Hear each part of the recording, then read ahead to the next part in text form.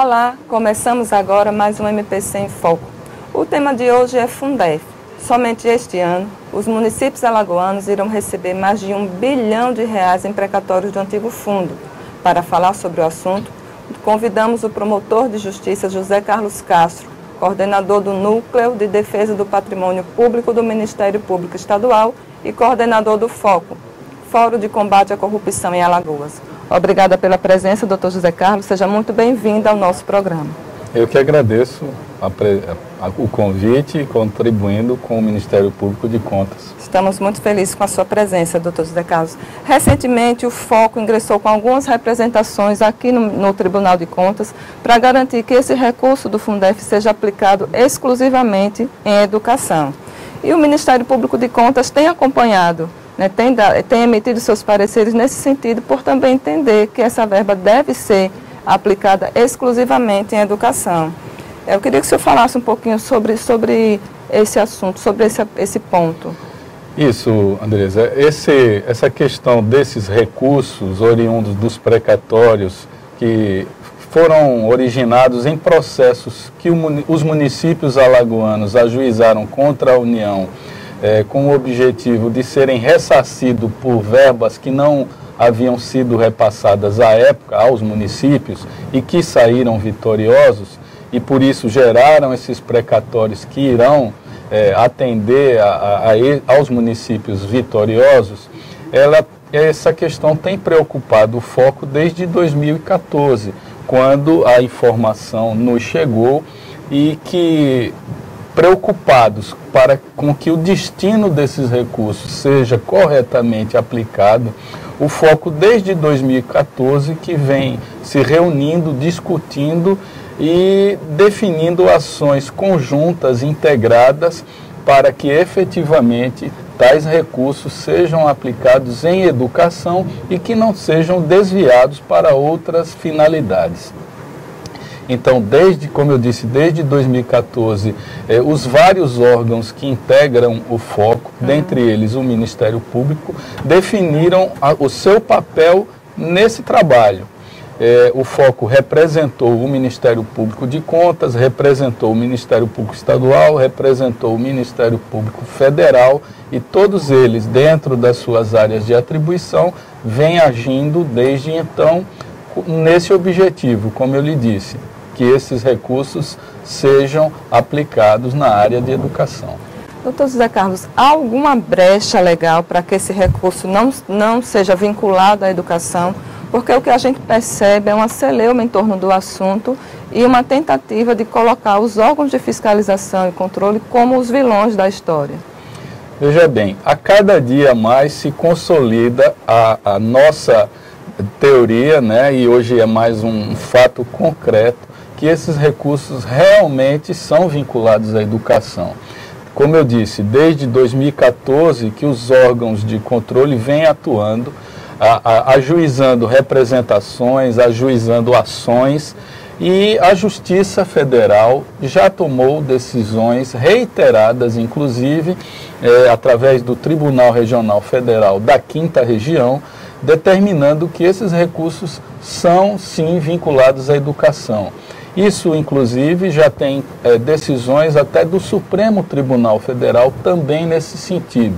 E mais recentemente, já no ano de 2017, o Tribunal de Contas da União também assim entendeu. Ou seja, as brechas, as dúvidas quanto à não aplicação ou à liberação desses recursos para que sejam aplicadas em outras áreas, cada vez é menor. Apenas, inclusive, os tribunais de contas do Estado, da maioria dos estados do Nordeste, também assim definiram, e até o momento o único tribunal de contas que nós temos conhecimento que ainda entende de forma contrária é o Tribunal de Contas do Estado de Alagoas. Porém, como você já disse, o Ministério Público de Contas, que atua junto a este tribunal, vem reiterando as suas manifestações no sentido de que essa posição seja revertida. O senhor fala do Tribunal de Contas de Alagoas, que recentemente, só para que os telespectadores se situem e entendam, decidiu pela desvinculação, determinando percentuais para aplicação, 25% educação, 15% saúde e outros percentuais de acordo com o gestor, né, como o gestor entender. Isso. Como eu lhe disse, desde 2014, início de 2015, que nós, os órgãos que integram o FOCO, vêm provocando as cortes para definirem essa questão, e o Tribunal de Contas do Estado adotou essa posição ainda em 2015 quanto a isso, de forma que entendesse que os recursos oriundos dos precatórios, apenas 25% fossem necessariamente aplicados em educação, 15% em saúde e o restante em outras áreas. Nós entendemos diferente, inclusive é esse o entendimento da Justiça Federal, como eu já falei, e de outros tribunais de contas. E, mais uma vez, o Tribunal de Contas da União já decidiu de forma uniformizando essa situação. Então, a gente tem, mais uma vez, buscado a compreensão dos conselheiros do Tribunal de Contas. O FOCO, inclusive, apela aos senhores conselheiros no sentido de que revisem essa posição, porque ela, inclusive, pode prejudicar os gestores alagoanos que estejam incorretamente aplicando os recursos em outras áreas. E isso não nos parece que atenda à necessidade da sociedade e ainda cause prejuízos futuros aos gestores. Que prejuízos seriam esses, doutor José Carlos? Era um outro assunto que eu queria conversar com o senhor. O tribunal decidiu uma coisa, recentemente o TCU decidiu outra. Como ficam esses gestores que já receberam em 2014, 2015 esses recursos e que aí não vincularam esses recursos, porventura, não destinaram exclusivamente à educação, como determinou recentemente o TCU? Isso, o TCU, inclusive, no seu acórdão que deliberou sobre esse assunto, determinou que as secretarias do TCU nos estados fizessem um levantamento de todos os gestores, de todos os municípios que receberam esses recursos e as informações sobre como esses recursos foram aplicados, de maneira que é a determinação daquele Tribunal de Contas analisar como houve essa aplicação e, caso ela tenha sido incorretamente aplicada, irão sancionar os gestores e talvez os próprios municípios para que façam o ressarcimento desses recursos para a área de educação. Então, muito provavelmente, aqueles gestores que já aplicaram em outras áreas irão sofrer sanções do Tribunal de Contas da União, sem prejuízo de que, aparecendo informações de desvios, de fraudes, eles também sejam processados por atos de improbidade pelos demais órgãos de controle, a exemplo do Ministério Público Estadual. Essa preocupação, doutor Zé Carlos, que o senhor falou agora há pouco, dos órgãos de controle e fiscalização em relação a esses precatórios para que sejam vinculados, destinados exclusivamente à educação. Essa preocupação se dá por essas informações de que já há alguma suspeita, já há algum indício de desvio ou de má aplicação desses recursos? Sim, também. Primeiro porque entendemos que a aplicação correta desses recursos, como os tribunais têm entendido na área da educação, irá proporcionar à comunidade, à população daquele município, um benefício muito grande para a área de educação, que no caso de Alagoas, nos parece, e os dados nos informam isso, são bem baixos. Os índices de educação do alagoano são os mais baixos do país. A aplicação de recursos no volume que eles chegam pode transformar essa questão. Então, primeiramente, o nosso objetivo é esse, que através da aplicação correta desses recursos, efetivamente, uma área tão sensível, tão importante para a nossa população, esses índices sejam melhorados. Claro, e que eles sejam corretamente aplicados, evitando-se desvios de finalidade ou malversação dos recursos. Mas já há algum indício de 2014 para cá, os municípios já têm recebido, né? Vem recebendo esses recursos do Fundef. Já há algum indício, tem algum levantamento nesse sentido, ou lá do núcleo, ou do próprio foco? Sim, infelizmente, além da aplicação em áreas diversas da educação, nós temos elementos concretos de desvio de recursos. E eu posso dar o exemplo, em razão da publicidade do caso.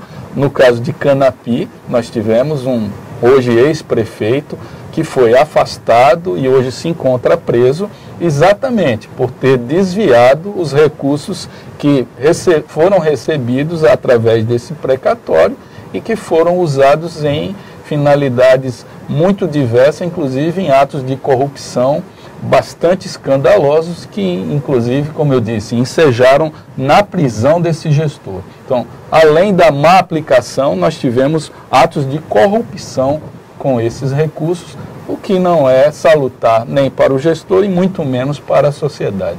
Fatos como esse só potencializa essa preocupação, né, doutor José Carlos, em relação a que esse recurso seja de fato vinculado e carimbado, né, uma verba carimbada para a educação. Exato. O fato, inclusive, de ser destinado ou aplicado na educação, nós temos também a compreensão de que isso não impede que eles também sejam desviados, que sofram atos de corrupção. Mas para isso, como eu disse, através do foco nós temos desenvolvido estratégias, inclusive preventivas, para evitar que esses atos de corrupção aconteçam. É importante que a população saiba que os órgãos de controle do Estado, os ministérios públicos, estadual, federal, de contas, Polícia Federal, Controladoria Geral da União, tribunais de contas, estamos atentos para que esses recursos não sejam desviados. Embora, Andresa, o maior fiscal é o cidadão. O cidadão precisa estar à frente, fiscalizando, ajudando os órgãos para que efetivamente verifique se aquele recurso que chegou na sua cidade, ele está sendo corretamente aplicado. E não estando, aí informe aos órgãos para que nós tomemos as providências. Os cidadãos são os olhos do Ministério Público e dos outros órgãos de fiscalização e controle nos municípios. Os órgãos de controle hoje já se encontram nos seus limites. Até em razão orçamentária, nós não temos como muito avançar, apenas aprimorando as técnicas, as formas de trabalho, mas se não houver o engajamento da comunidade popular para fiscalizar, não só esse recurso do Fundef, mas qualquer outro, fica difícil. Então, a corrupção se avoluma, aumenta também por conivência da sociedade. Da sociedade. Doutor Zé Carlos, esse é um tema bem polêmico, né? Esses recursos do Fundef vem causando aí alguma certa polêmica. Outra questão em relação ao tema são os pagamentos de honorários dos escritórios de advocacia que atuaram nesses processos judiciais. E aí pode-se constatar, então, que se esse recurso é carimbado, não se pode ser destinado 20% dele para o pagamento de advogados. Isso também foi uma decisão recente, das partes da decisão recente do Tribunal de Contas da União, entendendo nesse sentido que esses recursos também não caberiam para o pagamento de honorários. Além disso, Andresa, existe outro aspecto nessa questão da contratação dos profissionais de advocacia, quanto à regularidade desses contratos. E para isso nós também estamos, os órgãos que integram o Focus, também estamos atentos a isso, porque essas contratações, elas deveriam ser submetidas ao devido processo legal. E em muitos casos isso não aconteceu. Houve contratos por dispensa de licitação incorretos, e isso vai de encontro à legislação e certamente quem assim o fez irá sofrer as sanções cabíveis. E municípios até, doutor José Carlos, que tinha procuradoria constituída, né, procuradoria jurídica, e assim fez essa contratação com os escritórios, né? Exatamente. A parte que cabe no tocante à a obtenção desses recursos, que é a execução, é um processo que não requer grande técnica, razão pela qual não haveria a possibilidade dessa dispensa, que é permitida legalmente, mas desde que fosse um processo de natureza excepcional, que a própria Procuradoria do município não fosse capaz de fazê-lo. Porém, nesses casos, no entendimento dos órgãos de controle, não é o que se aplica. Por isso, também a regularidade dessas contratações, ela está sendo apurada. Inclusive, eu posso antecipar que já há ações movidas na Justiça Federal por parte da AGU que irão questionar esses contratos. Os gestores atuais podem, inclusive, rever tais atos, tais contratações, de forma a evitar problemas na Justiça. Então, o gestor, ele erra se desvincular esse recurso da educação, ele erra ao pagar os advogados com esse recurso e erra também em ter feito essas contratações sem a licitação e tendo a sua procuradoria jurídica já instituída, é isso? Exatamente. E a consequência para esses erros serão ações de improbidade, serão ações de tomadas de contas pelo Tribunal de Contas da União e as sanções para isso são bastante severas para os gestores. Qual a expectativa, doutor José Carlos, em relação ao mérito dessa questão? As representações estão em tramitação. O que esperar a partir de agora? Bem, essas representações do Ministério Público de Contas, junto ao Tribunal de Contas, nós esperamos e apelamos, em termos do foco, aos senhores conselheiros que revejam essa posição, por conta já de uma pacificação desse entendimento no âmbito do judiciário brasileiro. Não há mais muito questionamento de que efetivamente esses recursos sejam aplicados somente na área de educação.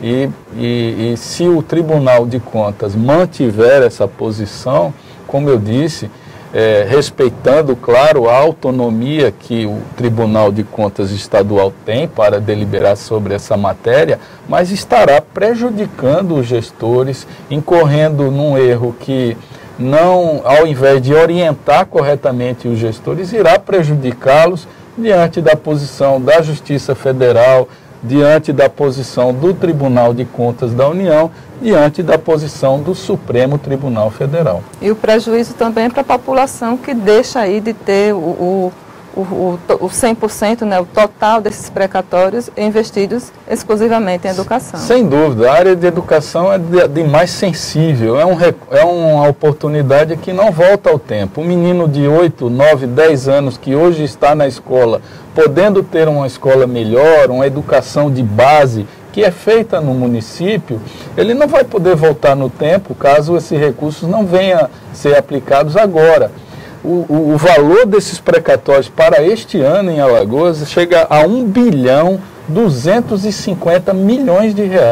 É uma cifra astronômica. É como se um poço de petróleo tivesse jorrando aqui em Alagoas, satisfazendo 40, 50 municípios. Desperdiçá-los em outras áreas, construção de estrada, praça, pagamento de fornecedores, ao invés de se aplicar em educação, trará prejuízos incomensuráveis a nossas crianças e adolescentes. Qual o alerta que o senhor deixa para os gestores aí que estão prestes a receber esse montante? Que se conscientizem, que vejam que não há como teimar nesse assunto, que eles podem e devem ver o benefício que podem trazer à sua sociedade aplicando corretamente esses recursos na educação. Isso irá trazer-lhe uma tranquilidade para a sua gestão e irá proporcionar aos cidadãos do município um benefício muito grande que se perpetuará por mais de uma geração. Ok, doutor Zé Carlos, recado dado. Muitíssimo obrigada pela participação do senhor aqui no nosso programa. E até uma próxima oportunidade. Eu que agradeço ao Ministério Público de Contas e estou sempre à disposição para contribuir com o programa. Muito obrigada. O MPC em Foco desta semana termina por aqui. Acompanhe também o Ministério Público nas redes sociais através do Facebook, Twitter, Instagram e também no nosso site www.mpc.al.gov.br. Até o próximo programa.